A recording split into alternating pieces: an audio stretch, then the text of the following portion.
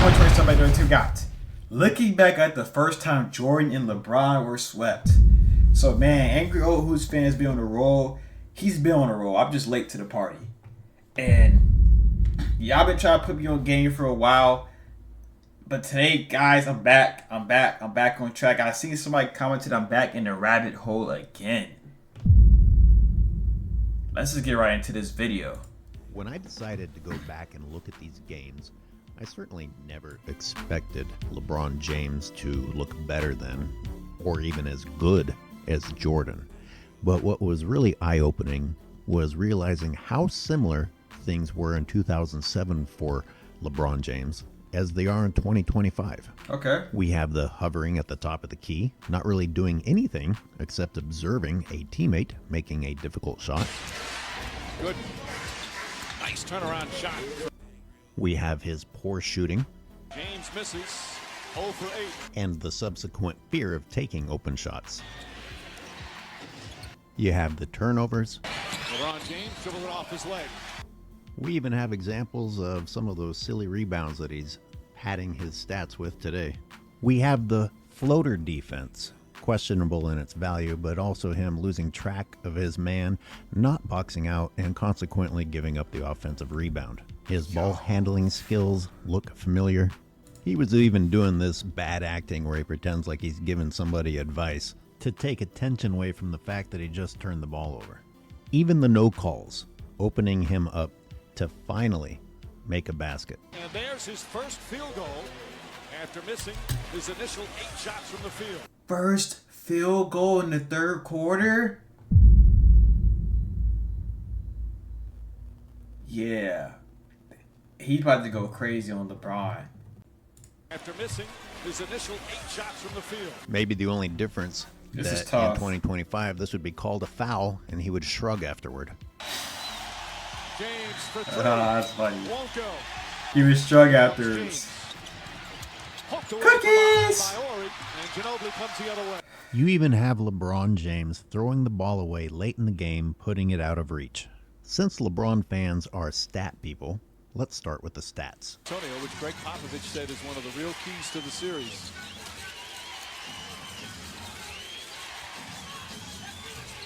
Bad pass deflected off the rim.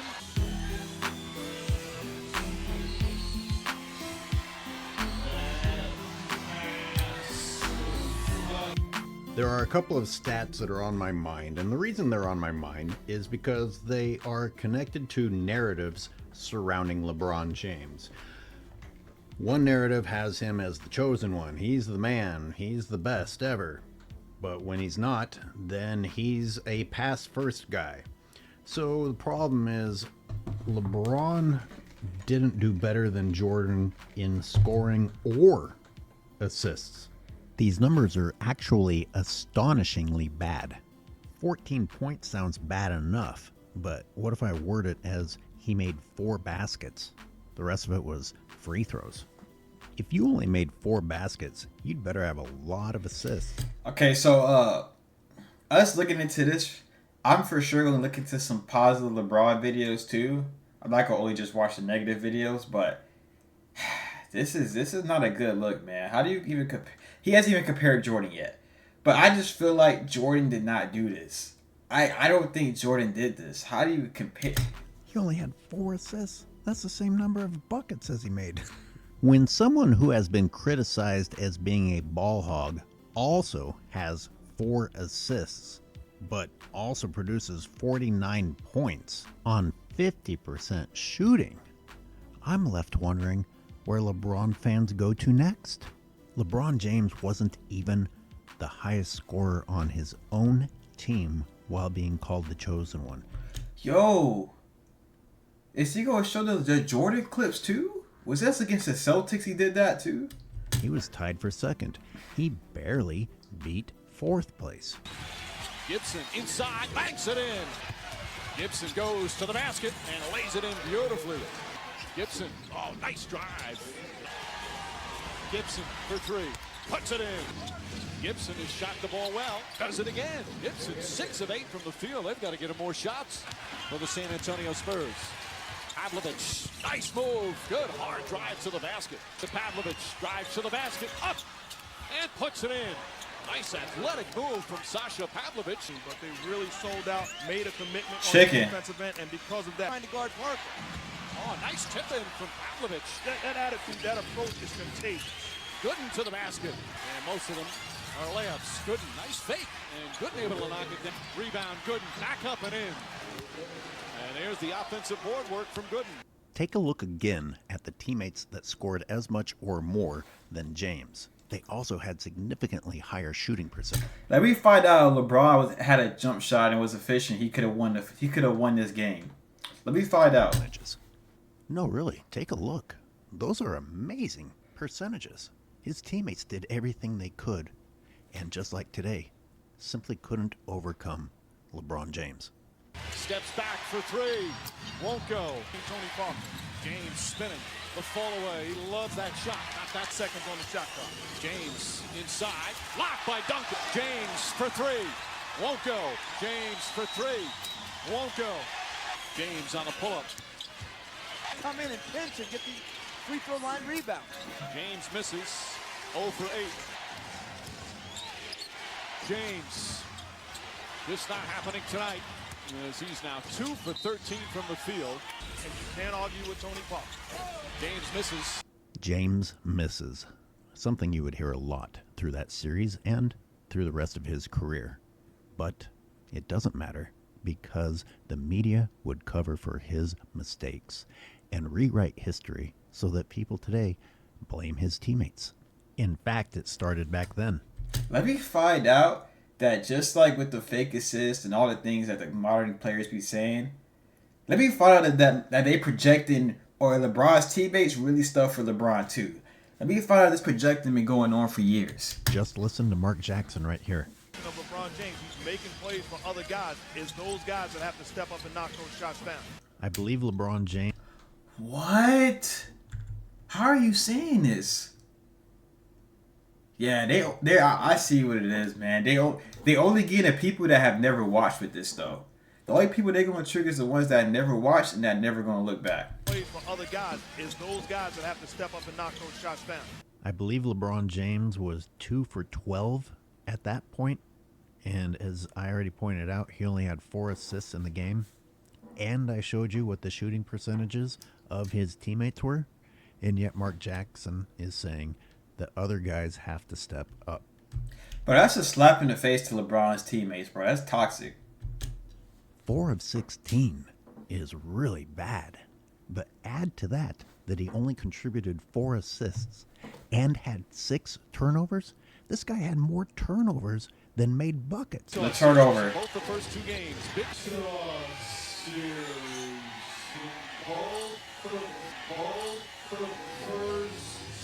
LeBron, why make that play, bro? You had a teammate wide open at the 3-point line.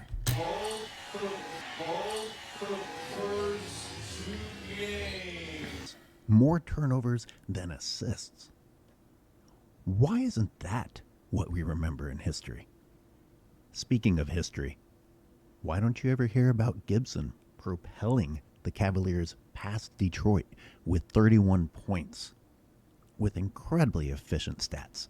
Fanboys, disrespect Gibson if you want to, but show me a time that Michael Jordan had the luxury in 1986 of a teammate scoring 31 instead of making Michael Jordan carry the burden. Let's take a quick look at Game 2's stats before we dive so what's the Celtics for Jordan? Fanboy excuses, because I know they're coming.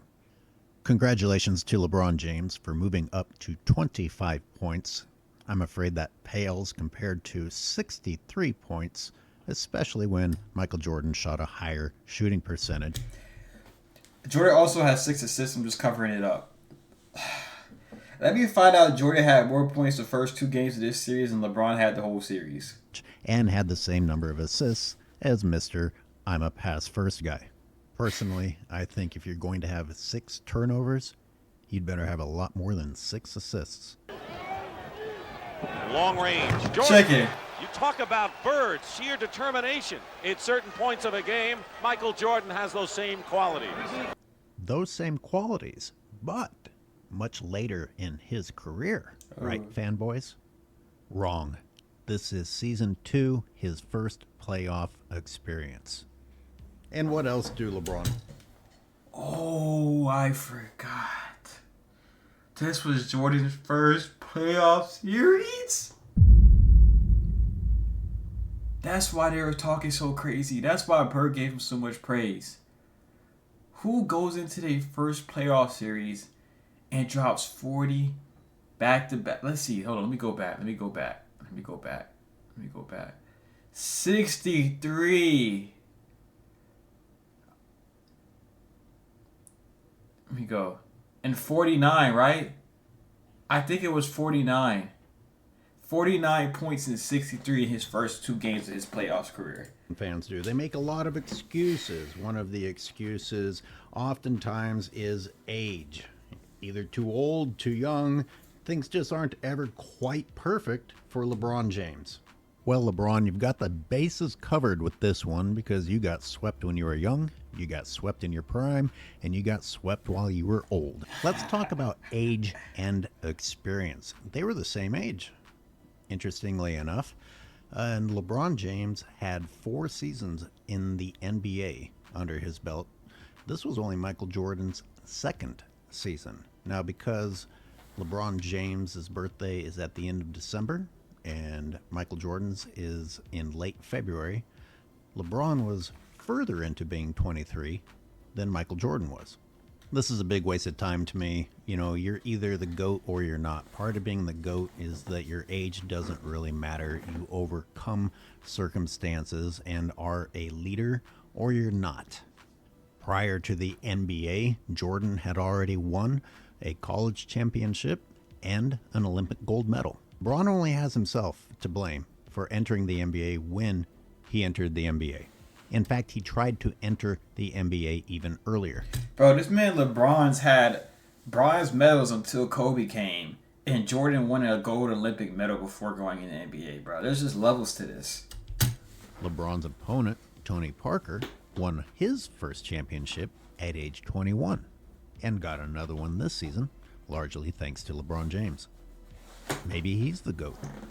I find it interesting that LeBron fans put so much emphasis on the fact that Michael Jordan couldn't get past the world champion Celtics in his 2nd and 3rd seasons, when LeBron James didn't even make the playoffs until his 3rd season.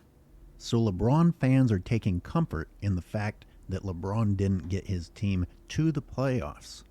Thus, there wasn't even an opportunity to be swept. Failing before you can fail on a bigger stage is apparently a form of success.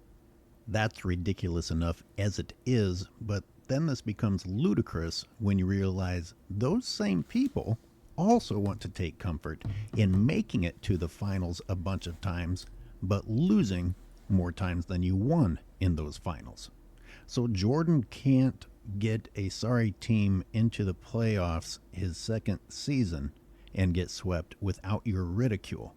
But LeBron can make it to the finals and get swept and get defeated overall more times than he's won, and that's fine. Speaking of being swept, let's take a quick look back at LeBron's history. Yo, anybody that thinks LeBron is the GOAT, you can just turn on any one of these Angry Old Hoops fans videos and he gonna put you on game. But if I would have watched this dude from the start of my journey, I feel like I was quick to realize it. If I would have watched him from the start, I would have felt stupid earlier. While Jordan only went upward over his career, LeBron's career is staggered with epic failures, despite team hopping and roster rigging. And this is how close Michael Jordan came to not being swept by the Celtics. If we're going to judge Michael Jordan for being swept when it only took 3 games Good try, to secure MJ. the series, maybe we should also consider LeBron's gentleman sweeps. I want people to answer this before I get into the next section. Are you a fan of today's game? Do you like the 3-point game? Some people think that it's helped bring the NBA to its downfall. It's okay to me But I want to see more driving. Like I reacted to 2 games today earlier, and I only seen one like highlight of a dunk on somebody, or just like a dunk. You know what I mean? I want to see more like posters, more like paint finishes too. And I like also seeing when people create mid range buckets. It's cool. The threes are cool, but I like seeing a balance though. Other people think it's great. Well, what you didn't have with Michael Jordan was someone who wasn't a three-point shooter shooting three-pointers anyway. In fact, he didn't attempt any three-pointers in those big scoring games. And that's a little bit exhausting. That's so many buckets. 49 points and 63 points, and none of it had the boost of the Yo, Jordan still got the playoff record with no 3-pointers. That's tough. extra points of a three-pointer. That means you were watching somebody play their ass off. He should have been tired an hour and a half ago. LeBron goes 2 for 6 in game 1. 33%. Yeah, if you want to see somebody miss 4 out of 6 shots and forgive it because 2 of those shots equaled 6 points, great. You just described what's wrong with the NBA. Next game, LeBron goes 2 for 6 again. Then he goes 0 for 2. And in the final deciding game, he goes 0 for 5 from 3. But Mark Jackson will tell you that the other guys need to step up and hit their shots. In Michael Jordan's game 3, he attempted one three-pointer and made one three-pointer. Earlier I talked about what hasn't changed, like people shooting in LeBron's face, or LeBron's help without the help, not being able to score at the end of a game. But what things have changed? Yo, this game was close. Only 8 points? 1. James, got clock at 2. Offensive foul. This was correctly called an offensive foul in 2007. LeBron doesn't like a defender in front of him. He just uses his size to bowl right over the top. Lower the shoulder, follow through. This may be one of the most crucial changes that has taken place in the NBA, is to allow LeBron James offensive fouls. This may be the difference between him having 0 rings and the 2.2 rings that he has now. Speaking of things that have been changed to favor LeBron James, take a look at this travel violation committed by Tim Duncan. I do think it does. It gets San Antonio's attention as Duncan travels. Now think about what LeBron James does today. With no whistle. Well, I think that was a pretty good first look back at the first time that LeBron James was swept and Michael Jordan was swept. An interesting journey through NBA history. Dang, I wish he showed the points Jordan had in game 3 and 4. As well, and rule changes, and the desperate attempt to crown a king that never should have been. Let me know what you thought. I've got a lot more to... Hey, W video Angry Old Who's fan. I'm gonna look at right now the amount of points Jordan had. So it says Jordan game. It didn't show game 4 for some reason, but Jordan had 19 points. Dave had 22, and Orlando Woodridge had 14. Jordan shot 8 for 14, 44% from the field. That's not bad.